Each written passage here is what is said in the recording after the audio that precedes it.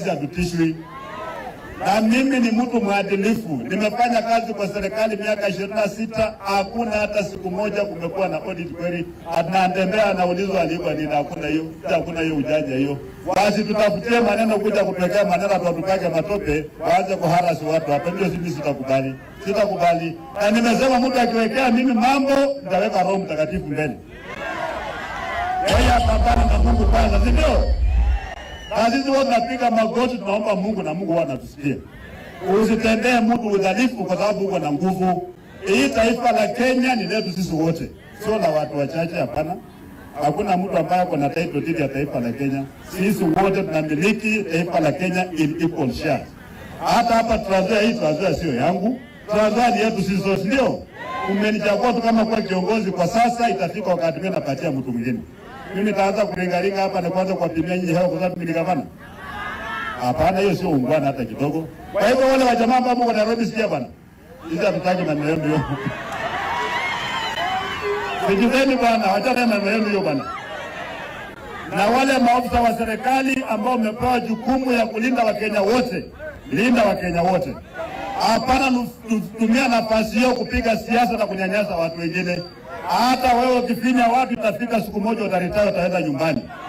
Na kama umetenda uhalifu umefinya sisi, hata ukiretire tutakufuata mahali huko. Ndio tuone nani atakutetea wewe huko, hiyo mabunduki ukataka kama utakuwa nayo. Ama namna gani watu wetu? We must run this country with justice na haki. Taifa ambalo halina haki, hakuna taifa hapo.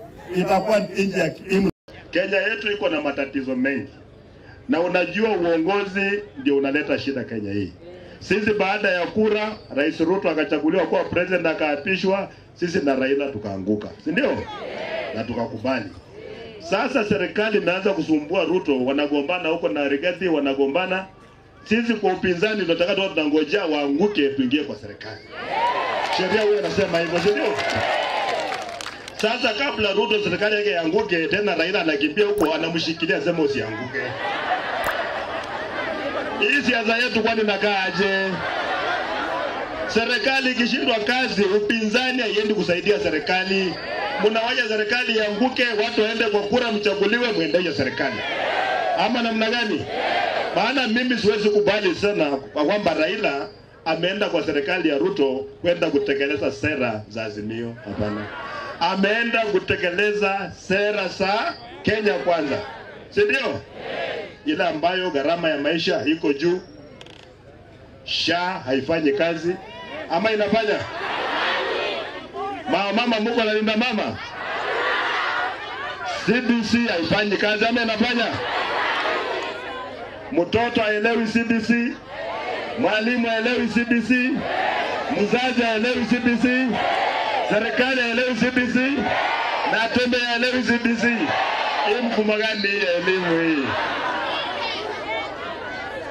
Na wakati umechaguliwa kiongozi, kazi ikikuwa ngumu ukatalii hapo.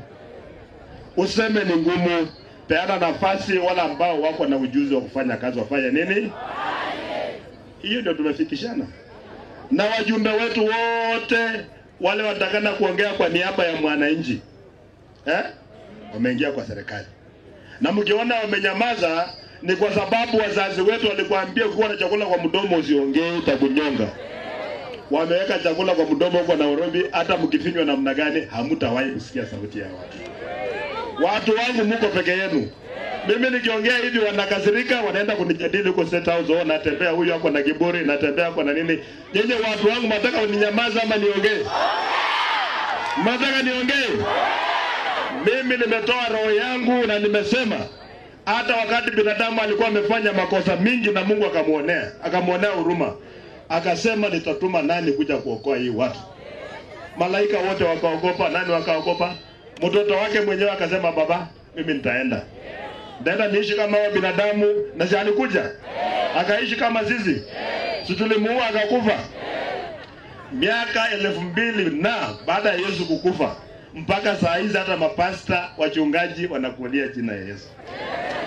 Kweli ama uongo? Hata hii yangu mimi nimejitolea watu yangu. Maana serikali sio mzuri. Serikali iko na watu wabaya.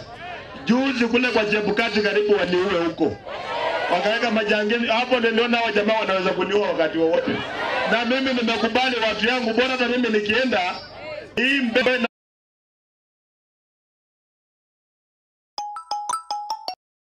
roho zenu zikupe. Tumeona watu yangu, huo ndio ukweli. Huo ndio ukweli. Serikali na uanga watu, na mimi najua pia wanaweza maliza mimi, lakini hata mimi nikienda watu yangu mkumbuke kama natembea, tuambie kitu fulani. Kama tunataka kuondoa kwenye umaskini, sisi wenyewe Mwenyezi Mungu ametupatia nguvu ya kupiga kura. Tusidanganywe tena na uongo. Piga kura, ukipigia mtoto wako, ukipigia mwenyewe kura. Tumeelewana watu yangu? Tusipofanya hivyo hii kura ya siasa ya Kenya hii, mnashindwa, mnaingia pamoja, mnatukanana. Huyu ni mganga, huyu ni mwizi. Baada ya kura, mganga na mwizi wanakubaliana na rudi pamoja. Hiyo maneno hataki siasa ya ukora sisi. Ama namna gani watu wetu? Na hii taifa ya Kenya ni yetu. Mimi siwezi kuomba mtu ruhusa kuongea about my country. Mimi napenda nchi yangu, lakini sio lazima nipende serikali. Napenda serikali kama inatendea watu yangu haki. Wakati wanapeana barua ya walimu, awapatie watu yangu. Wajumbe mnaona wanapewa kelele, wanapewa barua. Sehemu zingine barua zinafika, wajumbe wetu wanauzia watu barua hizo. Na kwa sababu watu wetu hawana pesa, wanaenda kuuzia watu wengine ambao wako na pesa. Barua ya askari haifiki, ya walimu haifiki, ya jeshi haifiki. Hata mbolea yenyewe mkulima anatakana kupata haifiki ya kutosha. Hiyo pia mimi niyamaze? Mwanaume anazaliwa mara moja, anakufa mara moja. Hatuwezi kuishi kwa uoga, hatuwezi watu yangu. Na waje niwaambie, kuna jamaa alikuwa anaitwa Martin Luther King kula Amerika. Alizindua Afrika, na akawaambia kwamba hii mambo ya kubaguliwa hii hatuwezi kubali. Akauawa, si ndio?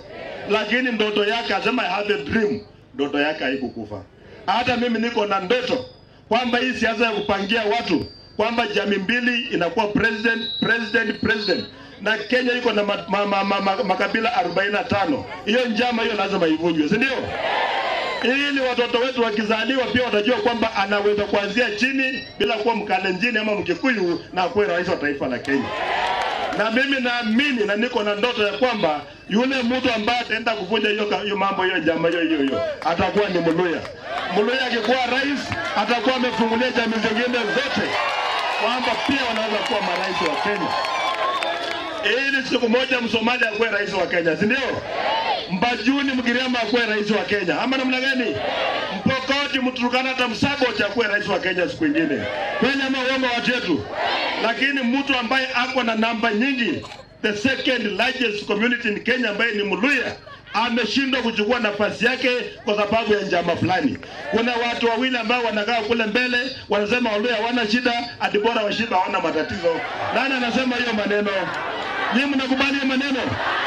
Hadi sisi tukue watchmen, tukue mayaya, watu wa kuchimba makaburi, watu wa kushika ng'ombe kama imekufa, watu wamekuliwa na chinda, bulolo, vichinji, chimbema, chingoso. Nyinyi mnakubali maneno kwani? Mnakubali maneno? Mimi nimekataa, na mimi nataka tunyote sio kama natembea nimekataa. Kama mnataka kunikujia, lakini haki Kenya lazima itendeke. Ama namna gani?